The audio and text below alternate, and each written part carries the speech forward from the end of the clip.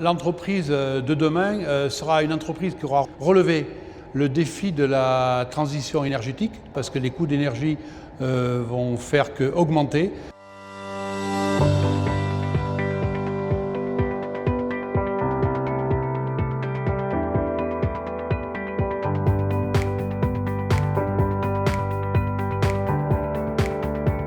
L'une des façons de réagir en tant qu'entreprise, c'est de se mettre en œuvre, de se mettre en marche, d'une part avec la transition d'énergie et puis en termes d'économie aussi, puisque les deux vont de pair.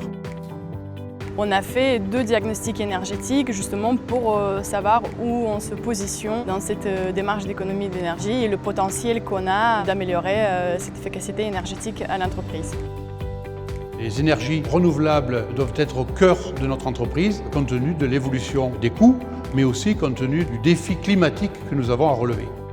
La formation ProRefi nous a été conseillée notamment dans le cadre de mise en place de ISO 50001 pour avoir un appui technique plus solide en matière d'économie d'énergie en industrie. Nous avons aujourd'hui 2 personnes qui ont suivi cette formation. Donc il y a Katerina Pidorenko et M. Bonardel, qui lui aussi est notre référente en matière de production de froid et qui d'ailleurs nous oriente très fortement aujourd'hui sur les nouveaux postes d'économie d'énergie.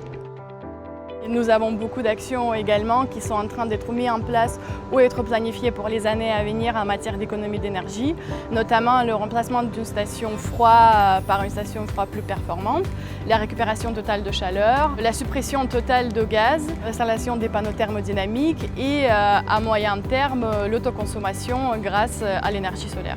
Nous avons des résultats alors chiffrés, oui, mais nous allons aller beaucoup plus loin en termes d'analyse puisque nous allons poser un système de contrôle de tous les postes d'énergie dans l'entreprise qui va nous permettre de bien mesurer.